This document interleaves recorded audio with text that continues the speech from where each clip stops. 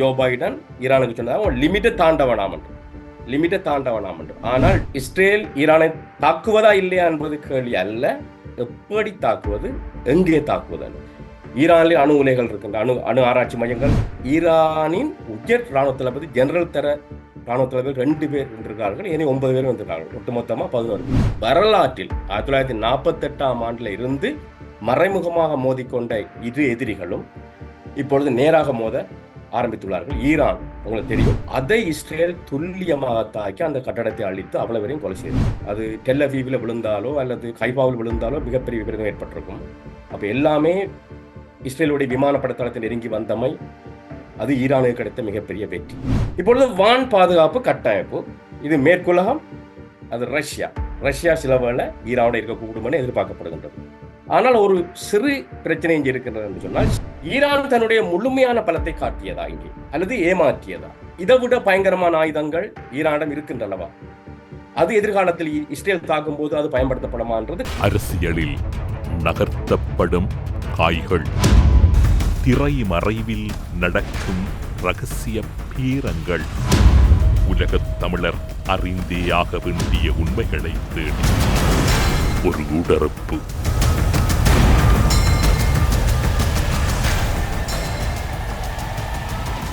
கொழும்பு பல்கலைக்கழகத்தின் பொருளியல் துறை பேராசிரியர் கோபாலப்பிள்ளை அமிர்தலிங்கம் அவர்களை ஊடறுப்பு நிகழ்ச்சியோடு இணைத்திருக்கின்றோம். ஊடறுப்பு நிகழ்ச்சியின் சார்பில் உங்களை வரவேற்பதில் மகிழ்ச்சி. வணக்கம். தமிழ் உங்களுக்கும் ஊடறுப்பு நிகழ்ச்சியை தொடர்ச்சியாக கேட்டுக்கொண்டிருக்கும் நேயர்களுக்கும் வணக்கம். இஸ்ரேல் ஈரானிடையே இடம்பெற்றுக் கொண்டிருக்கக்கூடிய ராஜதந்திர முறுகள், அதன் தொடர்ச்சியாக இடம்பெற்ற தாக்குதல் வியூகங்கள், இப்போது ஒரு கொதிநிலையில் 2 நாடுகளும் இருக்கின்ற சூழ்நிலைகள், எதிர்வரும் நாட்கள் எப்படியான நிலைக்குள் கடந்து செல்ல போகின்றன என்கின்ற உலகத் தலைவர்களினுடைய அச்சமும் எதிர்பார்ப்பும் என பல்வேறுபட்ட கோணங்களில் இந்த விடயம் பார்க்கப்படுகின்றது. இன்றைய சூழ்நிலையில் ஈரான் இஸ்ரேல் இடையில் இடம்பெற்றுக் கொண்டிருக்கக்கூடிய தாக்குதலையும் அதன் பின்னணி தொடர்பிலும் உங்களுடைய அவதானம் எப்படி இருக்கு? நாங்கள் கடந்த காலத்தை பார்த்த பிறகுதான் எதிர்காலத்தை பார்க்க வேண்டிய கட்டத்தில் இருக்கின்றோம். வரலாற்றில் என்ன நடந்தது என்பதை நாம் முன்பு நாங்கள் பேச வேண்டும். 1948 இஸ்ரேல் உருவாகிய பிறகு மத்திய கிழக்கில் ஒரு கொதிநிலை தொடர்ந்து இருந்து கொண்டே இருக்கின்றது. ஒரு சிறிய நாடாக இருந்த இஸ்ரேல் பல யுத்தங்களின் காரணமாக தன்னை பெருப்பித்துக் கொண்டது.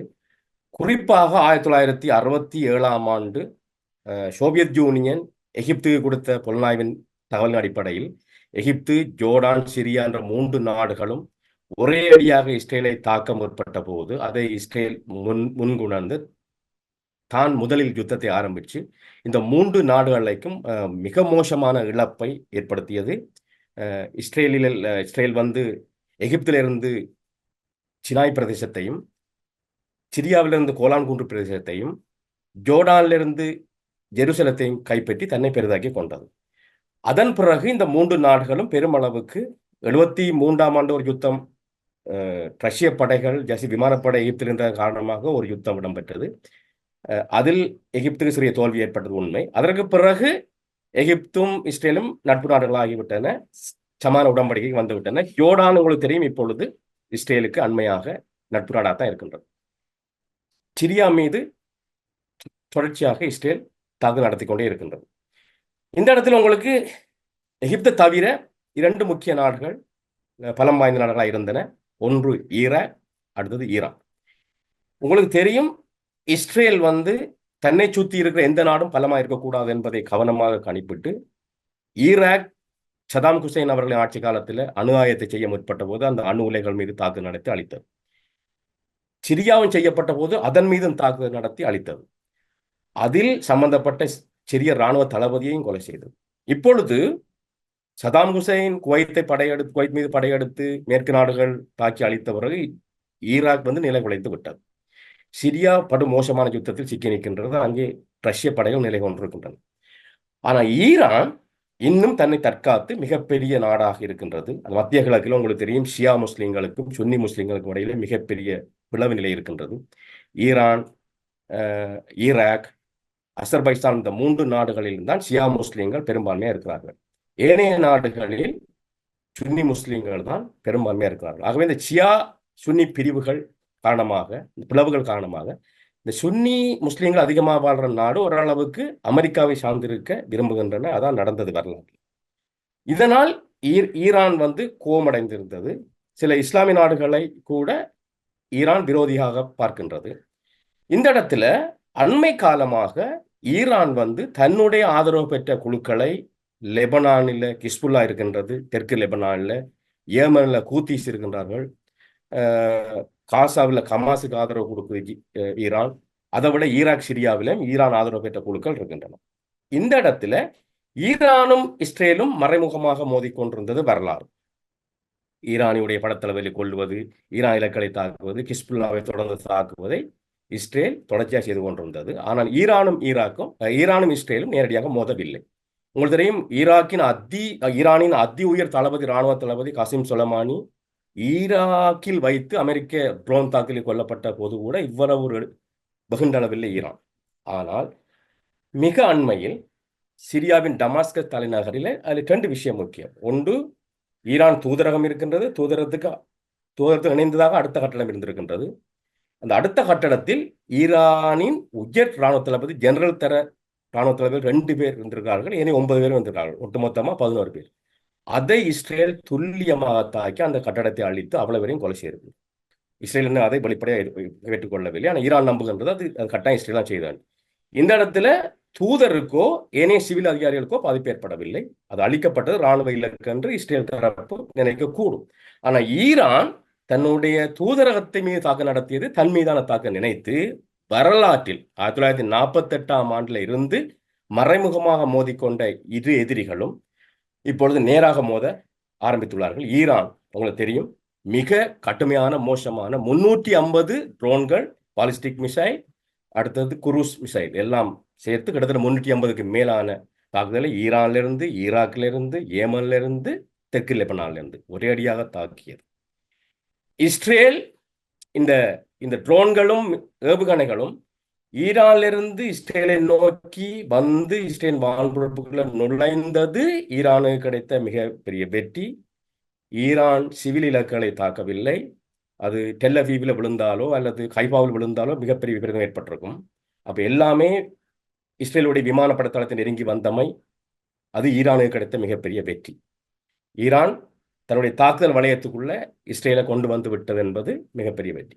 ஆனால் ஈரான் தாக்குதலை முன்கூட்டி அறிந்து ஈரான் சிலவள துருக்கிக்கு சொன்னதாகவும், துருக்கி வாஷிங்டனுக்கு அறிவித்ததாகவும் தகவல் வருகின்றன இந்த தாக்குதல் நடைபெற போது என்று.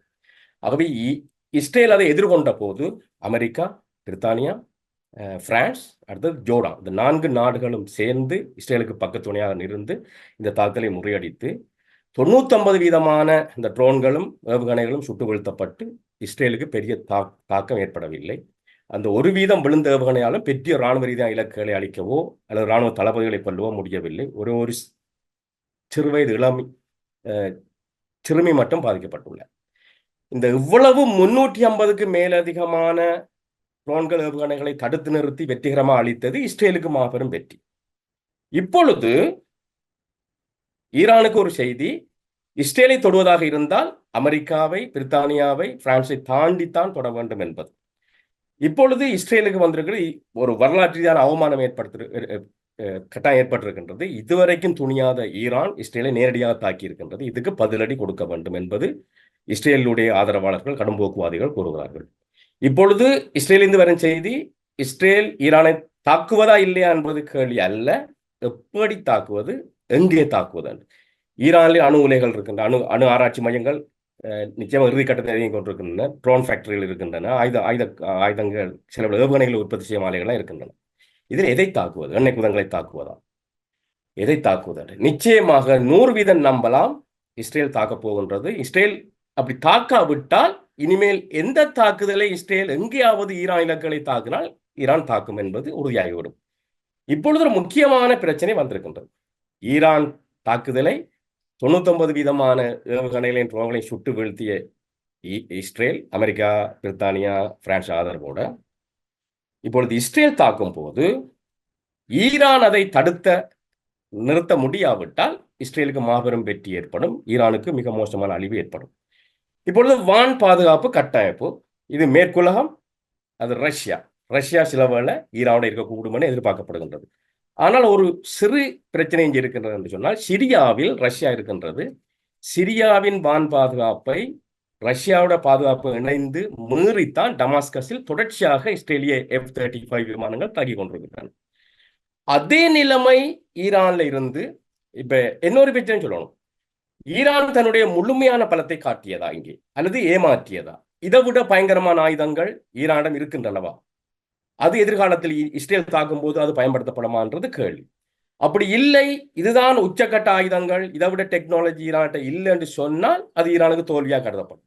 இதை விட ஆயுதங்கள் இருக்கின்றன, பலம் பொருந்திய ஆயுதங்கள், இஸ்ரேல் தாக்கும் போது திரும்ப ஈரான் அதை பயன்படுத்தலாம் என்றால் அது இஸ்ரேலுக்கு பிரச்சனையாக முடிஞ்சுவிடும். ஆனால் இஸ்ரேல் தாக்க போகும்போது ஈரான் அதை நிறுத்த முடியவில்லை, அல்லது வான் பாதுகாப்பு கட்டமைப்பு ஒழுங்காக வேலை செய்யவில்லை என்று சொன்னால் இஸ்ரேல் மீண்டும் மீண்டும் தாக்கி கொண்டிருக்கும். ஆகவே இஸ்ரேலை பொறுத்தளவில் ஈரான் ஒரு பலம் பொருந்திய நாடா இருக்கக்கூடாது. அமெரிக்காவை பொறுத்தவரையில அணு ஆயுத வல்லமை பெற்ற நாடா வந்துவிடக்கூடாது. ஆகவே ஈராக்கை போல ஈரானை வீழ்த்த வேண்டும் என்பது அமெரிக்க கடும்போக்குவாதிகள், இஸ்ரேலுடைய கடும்போக்குவாதிகளுடைய விருப்பமாக இருக்கின்றது. அடுத்த கட்டம் எங்களுக்கு எப்போ தெரியும் என்று சொன்னால், இஸ்ரேல் தாக்குதல் எந்த நேரமும் நடக்கலாம்.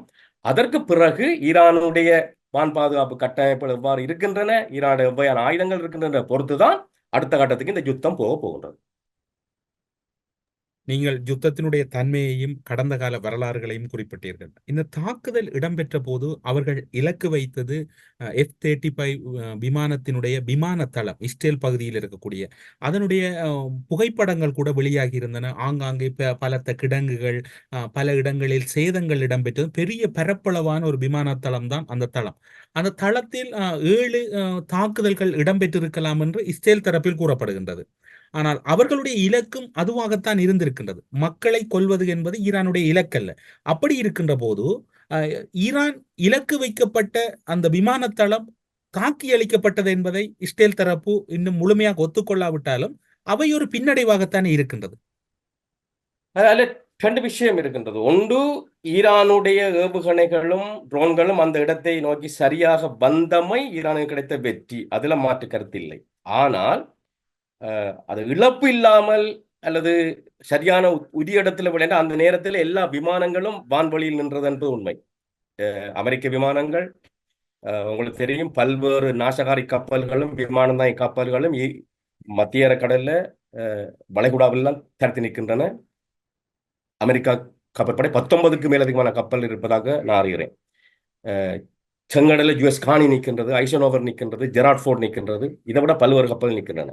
அந்த எல்லா கப்பலிருந்து விமானங்கள் அந்த நேரத்தில் ஈரான் ஏவிய போது ஏவுகணைகள் வந்து கொண்டிருக்கின்றன, ட்ரோன்கள் வந்து கொண்டிருக்கின்றன என்ற செய்திகள் எல்லா இடத்தையும் பரவிவிட்டது. அந்த ஏவுகணைகள் ஈரானை இஸ்ரேல் நெருங்கும் வரைக்கும் எல்லா விமானங்களும் பார்த்து கொண்டிருக்கின்றன. விமானங்களால் தாக்கி அளிக்கப்பட்டது வான் பாதுகாப்பு கட்டமைப்பு. இதுல ஜோர்டானும் இணைந்து தாக்கியமை. ஜோர்டான் ஒரு அரபு நாடு. ஜோர்டானும் இணைந்து அமெரிக்காவுடன் இணைந்து தன்னுடைய வான்பரப்புக்குள் வந்த போது ஏவுகணைகள் ஜோர்டானும் அதை தாக்கி இருக்கின்றது. ஆகவே அந்த ஒரு சில ஏவுகணைகளாவது அந்த முக்கியமான விமானத்தளத்தில் விழுந்தது என்பது மிக முக்கியமான உற்று நோக்கப்பட வேண்டிய விஷயம். ஆனால் இன்னும் அதனால ஏற்பட்ட இழப்புகள், உயிரிழப்புகள் ஏற்பட்டதாகவோ விமானங்களுக்கு சேதம் ஏற்பட்டதாக இன்னும் தகவல் இல்லை. இஸ்ரேல் சில கிடங்குகளை காட்டுகின்றது, இதெல்லாம் விழுந்தது என்று சொல்லி. 99% ட்ரோன்களும் ஏவுகணையும் சுட்டு வீழ்த்தப்பட்டது என்று சொல்வது இஸ்ரேலுக்கு வெற்றி தான் உண்மையாக இருந்திருந்தால். ஆனால் ஈரானின் தாக்குதலால் எந்த அளவுக்கு சேதம் ஏற்பட்டது என்ற இதுவரைக்கும் அமெரிக்காவோ இஸ்ரேலோ அதை சொல்லவே இல்லை. தங்களுக்கு பாதிப்பு இல்லை என்ற விதத்தில் இஸ்ரேல் இப்பொழுது சில ஆதாரங்களை காட்டிக் கொண்டிருக்கின்றனர். அமெரிக்காவின் ஜனாதிபதி ஜோ பைடன் அவர்கள் இந்த தாக்குதலின் பின்னர் ஒரு அச்சத்தில் இருக்கின்றாரா? மீண்டும் இஸ்ரேல் ஈரான் மீது ஒரு தாக்குதல் நடத்தினால் இந்த போர் என்பது கைமீறி சென்று விடும் என்கின்ற அச்சத்தில் பெஞ்சமின் நெத்தனியாகுவின் கரங்களை இறுக்க பிடித்திருக்கின்றாரா ஜோ பைடன் அவர்கள்? உண்மையிலே அமெரிக்க தளங்கள் சவுதி அரேபியாவில், கட்டாரில், குவைத்தில், உங்களுக்கு தெரியும், சிரியா லெபனான் போர்டரில், ஈராக்கில், எல்லா இடத்துலையும் இருக்கின்றன. அமெரிக்க உறுப்பினர் இருக்கின்றார்கள், மிகப்பெரிய தளங்கள் இருக்கின்றன. ஆகவே அமெரிக்காவோட பிரச்சனை இஸ்ரேலையும் பாதுகாக்க வேண்டும். ஆனால் இந்த யுத்தம் ஒரு அளவுக்கு மேலே போகக்கூடாது என்றதில் அமெரிக்கா, குறிப்பாக அமெரிக்க அதிபர் கவனமாக இருக்கின்றார். அப்படி போனால் அது உலகத்தில் எண்ணெய் விலைகளை கூட்டி மிகப்பெரிய பாதிப்பை ஏற்படுத்தும். மத்திய கிழக்கு முழுவதும் எரியுமா இருந்தால் அதை அமெரிக்காவால் கூட கட்டுப்படுத்த முடியாது என்ற விதத்தில் அமெரிக்கா இது அணுகுகின்றது. இந்த யுத்தம் பரவி விடக்கூடாது என்று. இப்பொழுது உங்களுக்கு தெரியும், இஸ்ரேலை சுத்தி பிரச்சனையா இருக்கின்றது. ஜெர்மன்ல கூத்திஸ் இருக்கிறார்கள், தெற்கு லெபனான்ல கிஸ்புல்லா இருக்கிறார்கள், ஹமாஸ் இருக்கின்றது. உங்களுக்கு இஸ்ரேலுக்கு பக்கத்துல ஈராக்கில் உங்களுக்கு தெரியும் ஈரான் படை அணிகள் இருக்கின்றன, சிரியாவில் இருக்கின்றன. அப்ப ஏற்கனவே சிக்கல் இருக்கின்றது. ஆகவே இது எல்லா நாடுகளுக்கும் பரவினால் உங்களுக்கு தெரியும், இஸ்ரேலை ஒரு வகையில தடவி கொடுத்து கொண்டு கண்டிப்பது போல இந்த ஹமாஸ் காசா பிரச்சனையில் அமெரிக்கா நடப்பது தன்னுடைய அரபுலக நண்பர்களை ஆசுவாசப்படுத்த வேண்டும் என்பதற்கு, குறிப்பாக எகிப்து, ஜோர்டான் போன்ற நாடுகளை, அவர்களை இஸ்ரேலுக்கு எதிராக திரும்பி விடக்கூடாது, அமெரிக்காவுக்கு எதிராக திரும்பி விடக்கூடாதுக்காகத்தான் காசா மக்களுக்கு உணவு கொடுக்க வேண்டும், மருந்து கொடுக்க வேண்டும், சிவிலியங்கள் இழப்பு குறைக்கப்பட வேண்டும். இப்பொழுதும் ஈரானுக்கு சொல்லப்பட்டதாக தகவல் வருகின்றன. ஈரான் துருக்கிக்கு அறிவித்து, துருக்கி வாஷிங்டனுக்கு சொன்ன போது ஜோ பைடன் ஈரானுக்கு சொன்னதாக லிமிட்டை தாண்ட வேணாம் என்று. ஆனால் அவர் சொன்ன வசனம் தாக்க வேணாம். அடுத்தது நாங்க அயன் கிளாட் சப்போர்ட், ஒரு இரும்பு கவசமான ஒரு ஆதரவை இஸ்ரேலுக்கு கொடுப்போம் என்று பிரித்தானியாவும் அமெரிக்காவும் ஒரே குரல் சொல்லுகின்றன. ஆகவே எங்களை தாண்டித்தான் இஸ்ரேல கை வைக்க வேண்டும் என்று. ஆனால் அதை ஈரான் கேட்கவில்லை. இந்த இடத்துல ஒரு சிக்கலான நிலைமை அமெரிக்கா இருக்கின்றது. ஒன்று, அரபுலக நண்பர்களையும் ஆசுவாசப்படுத்த வேண்டும், இந்த யுத்தம் பரவிவிடக்கூடாது, இஸ்ரேலையும் பாதுகாக்க வேண்டும். இதுதான் அமெரிக்காட திரிசங்கு சொற்க நிலை. நீங்கள் குறிப்பிட்டீர்கள், எதிர்பார்க்கப்படக்கூடிய ஒன்று இஸ்ரேலினுடைய தாக்குதல் ஈரான் மீது நிச்சயமாக இருக்கின்றது, எப்போது நடக்கின்றது என்று தெரியாவிட்டாலும் அவற்றில் மாற்றமில்லை என்று. அப்படியான ஒரு தாக்குதலை இஸ்ரேல் தொடுக்குமாக இருந்தால் பாலிஸ்டிக் மிசைலோடு இஸ்ரேலினுடைய எல்லை பகுதிகள் அனைத்தும் அரணாக கட்டப்பட்டிருக்கின்றன. அந்த தாக்குதல் இடம்பெற்ற ஒரு குறிப்பிட்ட கணத்தில் மீண்டும் ஒரு தாக்குதலை ஈரான் தொடுக்காது என்பதற்கு என்ன உத்தரவாதம் இருக்குது? உண்மையிலேயே நீங்கள் துல்லியமாக கவனித்தால், ராஜதந்திரத்தில் you have to read between line என்று சொல்வார்கள். வரிகளுக்கு இடையில சில விஷயங்களை நீங்க கவனிக்க வேண்டும். ஈரான் அறிவிக்கின்றது, இதோட முடித்துக் கொள்வோம், நீங்கள் எங்களுடைய படத்தலைவை கொலை செய்தீர்கள், நாங்கள் தாக்குறோம், இதோட முடித்துக் கொள்வோம். இஸ்ரேல் சொல்லுகின்றது இல்லை என்று. அப்ப தற்போது வரைக்கும் இஸ்ரேலுடைய வான் பாதுகாப்பு கட்டமைப்பு பலமாக இருக்கின்றது. இஸ்ரேலுக்கு பக்கத்துல அமெரிக்கா, பிரித்தானியா, அடுத்து பிரான்ஸ் எல்லாம் நிற்கின்றன. இந்த யுத்தம் ஒரு கட்டத்துக்கு மேல போனால் நேட்டோ நாடுகள் எல்லாம் வர வாய்ப்பு இருக்குது, கனடா எல்லாம் வர வாய்ப்பு இருக்குது. இப்ப அதுவும் ஈரானுக்கு தெரியும். இப்பொழுது அமெரிக்க தளங்கள் மீது ஏதாவது தாக்கப்பட்டாலோ, அமெரிக்க விமான தாங்கி கப்பல் தாக்கப்பட்டாலோ நிலைமை விபரீதமாகிவிடும். அப்ப இந்த இடத்துல ஈரான் விரும்புகின்றது இஸ்ரேலுக்கு மட்டும் ஒரு எச்சரிக்கை கொடுப்போம் என்று. இஸ்ரேல் நிச்சயமா தாக்க போகின்றது. அந்த தாக்குதல் ஈரானுடைய அணு உலைகள் மீது இருக்குமா, அல்லது வேற ஏதாவது தாக்குதல் இருக்கா, அல்லது பரந்துபட்ட தாக்குதல் ஈரான் செய்த போல 300-400 ஏவுகணைகளை இஸ்ரேல் அனுப்ப போகுதா? அடுத்தது சிரியாவில் செய்வது போல ஈரானுடைய வான் பாதுகாப்பை மீறி மிக நவீன F-35 உட்பட மிக நவீன ரக விமானங்களை பயன்படுத்தி ஈரானுக்கு சென்று தாக்க வேண்டும் என்றால் தூரம் கூட விமானங்களூடாக தாக்கிவிட்டு திரும்பி வர வேண்டும். இடையில எல்லாம் நீங்க எரிபொருள் எல்லாம் நீங்க வழங்கக்கூடிய வசதி எல்லாம் வேணும். அதுக்கு அமெரிக்காவோட சப்போர்ட் தேவை. அமெரிக்கா உண்மையிலேயே பென்டகன் ஊடாக என்ன கதைக்கின்றது, ராஜாங்க செயலாளர் என்ன கதைக்கின்றார் என்றதையும் நீங்க பார்க்கணும். உள்ளால என்ன நடக்கின்றது, வெளிப்படையா என்ன சொல்லப்படுகின்றது. ஆகவே அப்படி எல்லா இடத்திலையும் யுத்தம் வெடிக்குமா இருந்தால், இந்த யுத்தமும் உங்களுக்கு தெரியும் எல்லா பக்கத்திலேயும் பறந்து வந்தன. ஈரான்ல மட்டுமல்ல, ஈரான் ஈராக்ல இருந்து வந்திருக்குது, தெற்கு லெபனான்ல இருந்து வந்திருக்குது, ஜேமன்ல இருந்து போயிருக்குது. அப்ப 4 பக்கம் இருந்து வந்திருக்குது. இதை விட வீரியம் உங்களுக்கு தெரியும், ஹிஸ்புல்லா கிட்ட 1,00,000க்கு மேல அதிகமான ஏவுகணைகள் இருப்பதாக நம்பப்படுகின்றது. ஆகவே மிகப்பெரிய தாக்குதல் நடந்தால் அதை ஒரேடியாக இஸ்ரேலால் தாக்கு பிடிக்க முடியுமா, அல்லது அமெரிக்கா எல்லா நாடுகளும் அதை சேர்ந்து செய்யணுமா? அந்த நேரம் ஈரானை கட்டுப்படுத்துவது ஒரு ஈராக்கில் செய்த மாதிரி ஈரானை அடித்து வீழ்த்தி உள்நாட்டு கலவரங்களை ஏற்படுத்தி என்று ஈராக் எப்படி இருக்கிறதோ அப்படி ஒரு நிலையத்தான் இஸ்ரேல் விரும்புகின்றது. அமெரிக்காவுடைய மிக கடின போக்காளர்கள் கூட அதான் விரும்புகிறார்கள். என்றால் இவ்வளவு பிரச்சனைக்கும் காரணம் ஈரான். எல்லா இடத்திலையும் ஈரான் தன்னுடைய படையடிகளை வைத்துக் கொண்டு இஸ்ரேலை தாக்குகின்றது, மத்திய கிழக்கில் பிரச்சனை கொடுக்கின்றது. அமெரிக்க ராணுவம் 3 பேர்லாம் கொலை செய்யப்பட்டதெல்லாம் நீங்க அறிஞ்சிருப்பீங்க. ஆகவே வாலில் அடிப்பது சரியல்ல, தலையில் அடிக்க வேண்டும். ஈரான் பிரச்சனை இல்லை, பிரச்சனையே ஈரான் தான். ஈரான் ஒரு பிரச்சனை இல்லை, பிரச்சனையே ஈரான் தான் என்று சொல்ற மாதிரி தான் இன்றைக்கு இஸ்ரேலுடைய கடும் போக்குவாதிகள் பேசுகின்றார்கள். ஆகவே ஒரு மிக பயங்கர தாக்குதலை செய்து ஈரானை வழியை கொண்டு வரணும், அதோட உள்நாட்டு கலவரங்களை ஏற்படுத்தி ஈரானை வீழ்த்த வேண்டும். இதுதான் அவருடைய இறுதி இலக்கு. ஆனால் அவர்கள் நினைப்பது நடக்குமா? ஈரானுடைய உண்மையான பலம் என்ன? ரஷ்யா இந்த வகையான சப்போர்ட்டை கொடுக்கும் என்றதெல்லாம் நாங்கள் பொறுத்து தான் பார்க்க போறோம். நீங்கள் குறிப்பிட்டீர்கள் ஈராக் மிகவும் நல்லதொரு உதாரணம். கடந்த காலங்களில் ஈராக்கில் சதாம் குசைனை முடக்கியது அல்லது தாக்கியது போன்றோ மேற்குலகம் அதே பாணியில் ஈரானை நினைக்கின்றது என்றால் அது ஒரு பிழையான ஒரு ராஜதந்திர அல்லது சர்வதேச ரீதியான நெருக்கடிக்கான ஒரு திறவுகோலாக இருக்கின்றது அல்லவா? ஈராக்கை போன்று ஈரானை கையாளலாம் என்று மேற்குலகம் நினைக்குமாக இருந்தால் அதில் ஒரு சர்க்கல் ஒன்று ஏற்படுவதற்கு வாய்ப்பு இருக்கின்றது அல்லவா இப்போது நவீன தொழில்நுட்பத்தில்?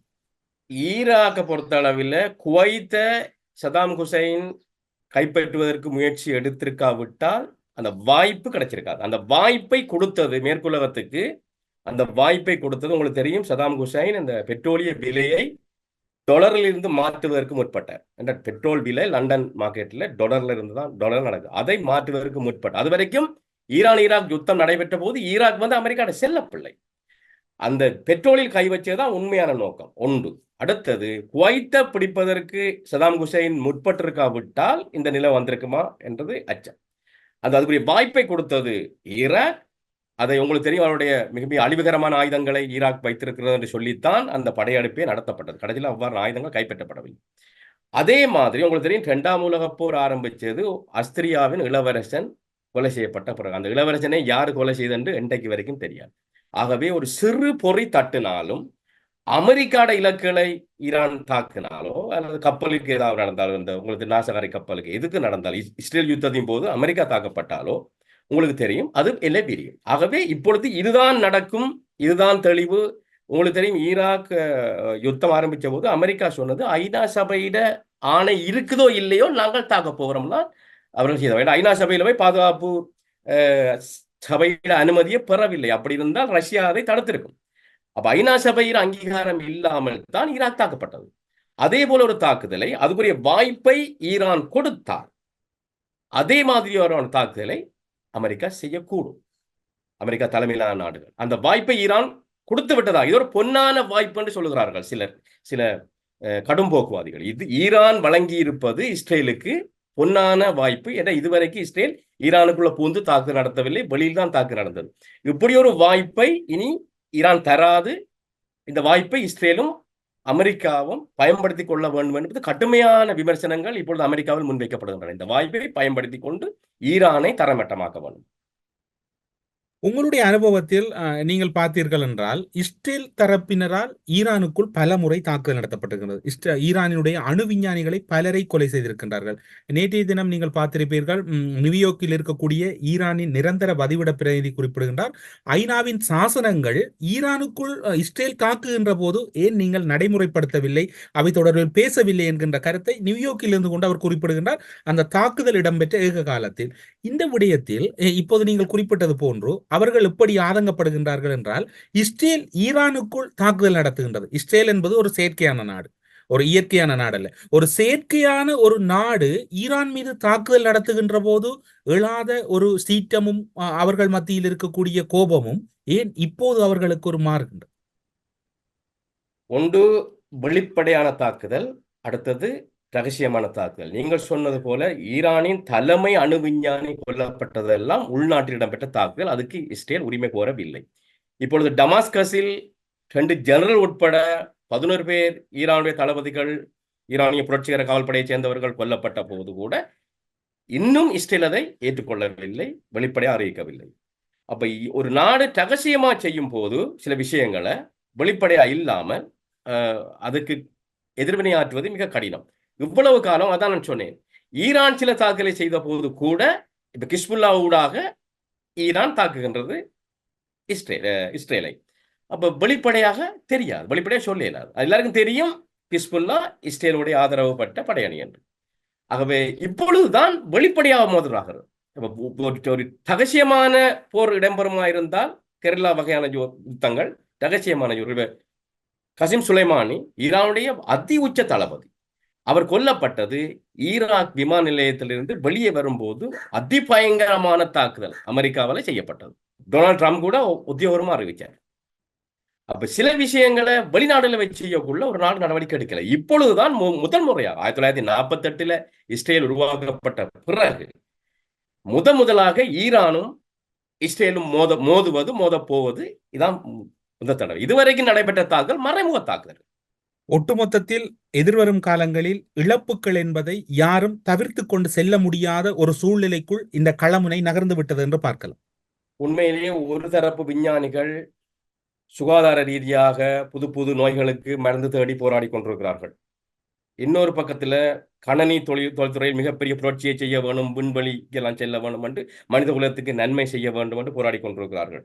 இன்னொரு வகையில அழிவுகரமான ஆயுதங்களை விதம் விதமாக செய்வது எப்படி என்று ஒரு தொகை விஞ்ஞானிகள் போராடி கொண்டிருக்கிறார்கள். உலகம் எல்லாத்தையும் அனுபவிக்கின்றது. உண்மையில் மத்திய கிழக்கு என்பது எப்போதும் கொதிச்சு கொண்டே இருக்கும். அந்த ஜெருசலத்தை பற்றி நீங்கள் அறிந்தால் 2000 வருஷங்களாக அந்த பூமியில ரத்தம் தான் ஓடிக்கொண்டிருக்கின்றது. சமாதானத்தை பற்றி பேசியவர்கள் எல்லோரும் கொலை செய்யப்பட்டிருக்கிறார்கள். உங்களுக்கு தெரியும், 73ஆம் ஆண்டு எகிப்துக்கும் இஸ்ரேலுக்கும் ஜோங்கிப்போர் போர் இடம்பெற்ற பிறகு அமெரிக்காட அழைப்பின் பேரில் அன்வர் சதாத் எகிப்திய ஜனாதிபதியும் இஸ்ரேல் பிரதமரும் அமெரிக்காவுக்கு சென்று காம்ப் டேவிட் உடன்படிக்கையை செய்து சமாதானமாகினார்கள். அதன் பிறகு அன்வர் சதாத் கொல்லப்பட்டார். பிற்காலத்தில் ஜிட்சாக் ராபின் பலஸ்தீனியோட உடன்படிக்கை செய்ய முற்பட்டார். இஸ்ரேலிய பிரதமர், அவரும் கொல்லப்பட்டார். அப்ப அந்த பூமியில சமாதானம் பேசுபவர்கள் கொல்லப்படுவதும் இரத்த ஆறு தொடர்ந்து ஓடுவதும் தான் மிக பிரச்சனையா இருக்கிறது. 3 மதங்களின் பிறப்பிடமாக அந்த இடம் இருக்கின்றது, ஜெருசலம். இஸ்லாம், கிறிஸ்தவம், ஜூத மதம். ஆகவே அந்த மதம் வரலாற்றை நான் சொல்லுகிறேன், அது ஒரு அமைதியான பூமி அல்ல. ஜீசஸின் ரத்தம் சிந்தப்பட்ட பூமியும் அதுதான். ஆகவே அது வரலாற்று ரீதியாக ரத்தம் சிந்தும் பூமியாகத்தான் இருக்கின்றது. இந்த யுத்தங்களோடு இன்னும் ஒரு விடயம் உலகளவில் எல்லாராலும் அச்சம் கொள்ளப்படுகின்றது, பொருளாதாரம். பிட்காயின் சரிவை எதிர்கொண்டிருக்கின்றது. கச்சா எண்ணெயினுடைய விலைகள் அதிகரித்திருக்கின்றன. அடுத்து உலகத்தில் எப்படியான சரிவுகள் பொதுவான அளவில் ஏற்பட போகின்றது என்கின்ற அச்சம் எல்லோரிடமும் இருக்கின்றது. தொழிலதிபர்கள், பல முன்னணி நிறுவனங்கள் எல்லாம் அஞ்சிக் கொண்டிருக்கின்றன. இதனுடைய தாக்கம் பொருளாதார ரீதியாக எந்த அளவில் பாதிக்கப் போகின்றது? உங்களுக்கு தெரியும், பெட்ரோலிய விலையில் எப்பொழுது பாரிய அதிகரிப்பு ஏற்படுதோ, ஒரு பெட்ரோலிய நெருக்கடி ஏற்படுதோ, அப்பொழுதெல்லாம் உலக பொருளாதாரம் சுருங்கியது வரலாறு. சிறிய சிறிய பொருளாதாரங்கள், வறிய நாடுகள் எல்லாம் மிகப்பெரிய பாதிப்பை அடைந்தன. அது கிட்டத்தட்ட உங்களுக்கு தெரியும், 71ஆம் ஆண்டு பெட்ரோலிய நெருக்கடி ஏற்பட்டது. இந்த வறிய நாடுகள் எல்லாம் பாதிக்கப்பட்டன. 90ஆம் ஆண்டு ஈராக் அமெரிக்க யுத்தத்தின் போதும் எண்ணெய் விலை மிகப்பெரிய அளவு உயர்ந்து உலக பொருளாதாரம் பாதிக்கப்பட்டது. ஆகவே பெட்ரோலியத்தில் நாங்கள் கடுமையாக தங்கி இருக்கின்றோம். வறிய நாடுகள், சில நாடுகளில் பெட்ரோலியம் இல்லை. அந்த நாடுகள் எல்லாம் மத்திய கிழக்கில் தான் தங்கி இருக்கின்றன. ஆகவே மத்திய கிழக்கில் யுத்தம் பெருமளவுக்கு படித்து அந்த பூமி எரியுமாக இருந்தால், எண்ணெய் கப்பல்கள் செல்ல முடியாது, எல்லாம் தாக்கப்படுற நிலை வந்தால், பெட்ரோலிய விலை அதிகரித்தால், உங்களுக்கு தெரியும், பெட்ரோல், டீசல், எரிவாயு, இந்த 3க்கும் விலை அதிகரித்தால் உலக பொருளாதாரத்தால் நிச்சயமா தாக்கு பிடிக்க முடியாது. இதுதான் வரலாறு. ஆகவே அப்படி ஒரு நிலையை நோக்கித்தான் உலகம் செல்லுகின்றது. இதை மறுதளிக்க முடியாது. 1967ஆம் ஆண்டு ரஷ்யா தான், சோவியத் யூனியன் தான் இஸ்ரேல் உங்களை தாக்க போகுது என்று சொல்லி எகிப்துக்கு தகவல் கொடுத்து, எகிப்திய அதிபர் மிகப்பெரிய பலம் கொண்டு கமால் அப்துல் நாசர் தன்னுடைய ஜோர்தானிய மன்னரையும் சிரிய அதிபரையும் சேர்த்து தான் அந்த தாக்கலை தொடுக்க இருந்தார். அந்த தகவலை கொடுத்த, புலனாய் தகவலை கொடுத்தது சோவியத் யூனியன் என்று நம்பப்படுகின்றது. இப்பொழுதும் அண்மையில யுக்ரைன் போரை திசை திருப்புவதற்காக, மேற்குலகத்தின் கவனத்தை திசை திருப்புவதற்காக சில வேளை ரஷ்யா ஈரானூடாக கமாஸை தூண்டி இந்த அக்டோபர் 7ஆம் தேதி பிரச்சனையை, அந்த படுகொலை இஸ்ரேல் மீது செய்திருக்கலாம். ஆகவே ரஷ்யா இருக்கக்கூடும் என்று பல எதிர்பார்க்கிறார்கள். ஆகவே இது எல்லாம் என்னன்னு சொன்னால், இந்த உலக மக்களை பற்றி யோசிக்காமல் தங்களுடைய நலனை பற்றி யோசிச்சு, ஒரு குறுங்கால நலனை யோசிச்சு உலகத்தை பேரழிவுக்குள்ள தள்ளுற முயற்சி தான் இதெல்லாம். ஆனால் இதனால இதில் சம்பந்தமே இல்லாத மக்கள், வறிய நாடுகள் மிகப்பெரிய இழப்பை சந்திக்க போகிறார்கள். பொருளாதார சரிவை குறிப்பாக சொல்ல போனால் முதல் தர நாடுகள், 2ஆம் தர நாடுகள் என்று பார்க்கின்ற போது, அடுத்த வறிய நிலையில் இருக்கக்கூடிய நாடுகள் பெரும் சரிவுகள் என்பதை காண்டி பஞ்சம் பட்டினிகளுக்குள் தள்ளப்படுவார்களா இந்த யுத்தத்தின் தாக்கம்? 71ஆம் ஆண்டுல உங்களுக்கு தெரியும், இலங்கையை போன்ற நாடுகள் மூடப்பட்ட பொருளாதாரம், வேலையின்மை, பொருளாதார வீழ்ச்சி எல்லாம் ஏற்பட்ட போது பெட்ரோலிய நெருக்கடியும் ஏற்பட்டது. அந்த காலத்துல இலங்கை வரலாறு காணாத பட்டினியை எதிர்நோக்கியது. இந்தியா இந்திரா காந்தி ஆட்சி காலத்தில் அதே மாதிரியான ஒரு பிரச்சனை இந்தியா எதிர்கொண்டது, ஆப்பிரிக்க நாடுகள் எதிர்கொண்டன, லத்தீன் அமெரிக்க நாடுகள் எதிர்கொண்டன. ஆகவே பணக்கார நாடுகள் இதிலிருந்து ஓரளவுக்கு தப்பி விடுவார்கள் என்று அவர்கள்ட்ட பெருமளவு வெளிநாட்டு நிதி இருக்கின்றது, வளங்கள் இருக்கின்றன. ஆனால் இலங்கையை போன்ற நாடுகளில் நீங்க பார்த்தீங்கன்னு சொன்னால் எரிபொருளுக்கு முற்றுமுழுதாக 100% நாங்கள் வெளிநாடுகளை தங்கி இருக்கின்றோம். மின்சார உற்பத்திக்கு வெளிநாடுகளில் தங்கி இருக்கின்றோம். போக்குவரத்துக்கு எல்லாமே பெட்ரோலியம் தேவை. ஆகவே இந்த பிரச்சனை வறிய நாடுகளை கூட பாதிக்கும் என்பதற்கு காரணம் என்னென்னு சொன்னால் பொருளாதார பலம் இல்லை, ஏற்கனவே நலிவாக இருக்கிறார்கள், இந்த பெட்ரோலிய வளம் இல்லை, இறக்குமதியில் தங்கி இருக்கின்றார்கள். ஆகவே பெட்ரோலியத்துக்கு விலை அதிகரிக்கும் போது ஏற்றுமதி துறையும் பாதிக்கப்படும். ஆகவே பட்டினியை நோக்கி வறுமையை நோக்கி செல்வதை தவிர இந்த ஏழை நாடுகளுக்கு மறுவழி இல்லை. இப்போது இந்த யுத்தத்தின் பின்னர் ஈரானிடம் மிகவும் அழுத்தமாகவும் தயவாகவும் சீனா, இந்தியா போன்ற நாடுகள் இந்த யுத்தத்தை நிறுத்தும்படியாகவும் இதனை நீண்ட நாளைக்கு எடுத்துச் செல்லக்கூடாது என்கின்ற ஒரு அச்சமான ஒரு கருத்தினை வெளியிட்டிருக்கின்றார்கள்.